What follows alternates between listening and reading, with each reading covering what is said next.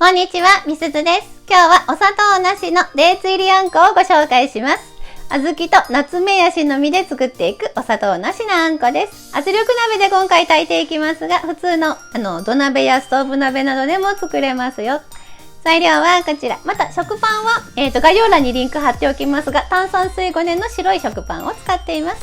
小豆とデーツは同量ずつ使っていきます。またデーツの代わりにレーズン、リンゴ、さつまいもなどでも一応甘みはつきますが、デーツが一番しっかりと甘く仕上がります。では作り方です。まずは小豆を洗いましょう。小豆は粒が小さいので浸水する必要はありません。思い立ったらすぐ作れますよ。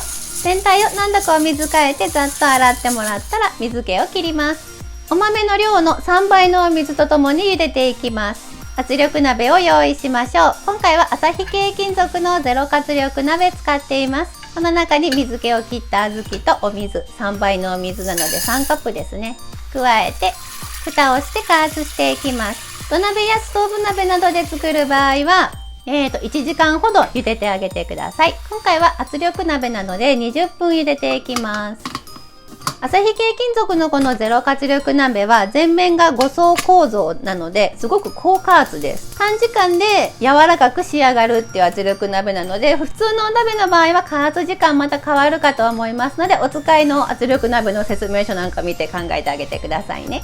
こちらは上に重りが乗ってるので、この重りがカンカンカンカンって音がしてきたら火をやや弱めます。火加減の目安はこの重りの触れが止まらない程度、カタカタカタとゆるーく触れている程度の火加減で20分加圧してあげてください。さて、加圧中にデーツを刻んでいきます。デーツはこちらですね。ナツメヤシの実のドライフルーツです。植物油がコーティングされてないものを使ってあげてください。これはおたふくソースのものです。こんな感じの実です。ちょっと大きめの、すっごい甘いです。干し柿みたいなねっとりとした濃厚な甘さがありますよ。中に細長い種があるので、くるっと包丁でカットして種を取ってから刻んであげてください。で、この白い綿の部分、最後まで残るので気になる方は取ってください。小豆粒ぐらいのサイズに細かく刻んでいきましょう。このデーツが煮崩れてなくなるっていうことはないのですが、お好きなサイズに切ってもらえればいいです。そんなに細かくって気にしなくっても大丈夫ですよ。で、1カップ用意したいんですが、こう測ってみてもね、側面が空洞があるので、上にこんもりした状態で1カップだろうということで 150g 刻んで使っています。種のついた状態で 150g です。さて、先ほどの圧力鍋の方ですね、20分経ったところで火を止めます。火を止めてしばらく置いておくと、上に上がっていた黄色いピンが下がるので、これが圧が下がったタイミングです。これで蓋を開けられる状態になります。もし時間があれば、さらにしっかりお鍋が冷めるまで放置してあげてから蓋を開けてくださいね。お塩1つまみ程度と、先ほど刻んだデーツを加えます。弱火にかけていきましょう。絶えず木べらで底から混ぜながら炊いていきます。水分が飛ぶまで。小豆の粒は無理に潰そうとしなくっても、ただ混ぜてるだけで自然とくしゃっと潰れていくので、これであんこ状に勝手になってくれます。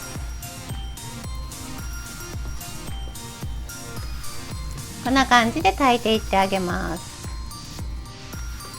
水分が飛んでちょっとツヤっとしてくるまで。あと甘みも確認してもらって、もしもっともっと甘いのが好きっていう方はデーツを追加するか、もしくはお砂糖、甘味料などなどちょっと足してあげてくださいね。お好みの味付けにしていきましょう。こんな感じです。だんだん水分がなくなってきました。ねっとりとしてきましたね。もうこれで出来上がりです。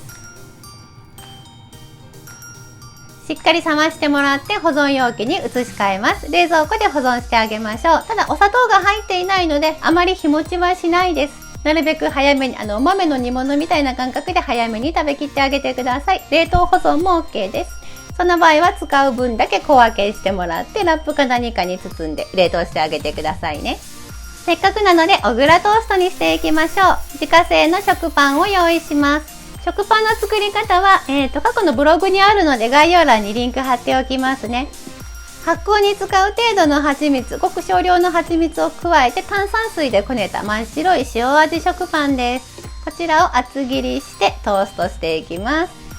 バターをたっぷり塗りましょう。我が家はグラスフェッドバターの無塩のやつを使ってます。で、無塩なのでこのままトーストに塗っちゃうとちょっと物足りない味になるので、お塩をガリガリかけています。岩塩をかけています。と、あと先ほど作ったあんこをたっぷりとのせましょう。小倉トーストやっぱり朝ごはんの定番というかモーニングの定番ですよね。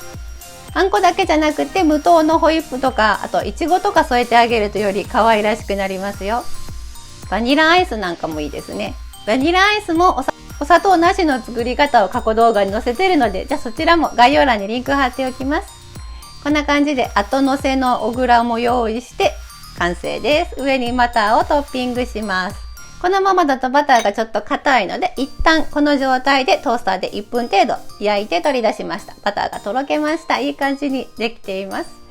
最後まで見てくださりありがとうございました。お砂糖なしなのにしっかりと甘いデーツのあんこです。小麦の普通の食パンにのせると本当に普通のあんこと同じようなしっかりとした甘さを感じて驚きますよ。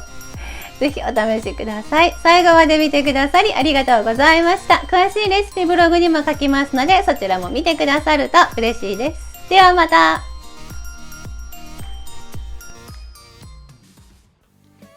作ってみたいと思ったらぜひチャンネル登録と高評価をお願いします。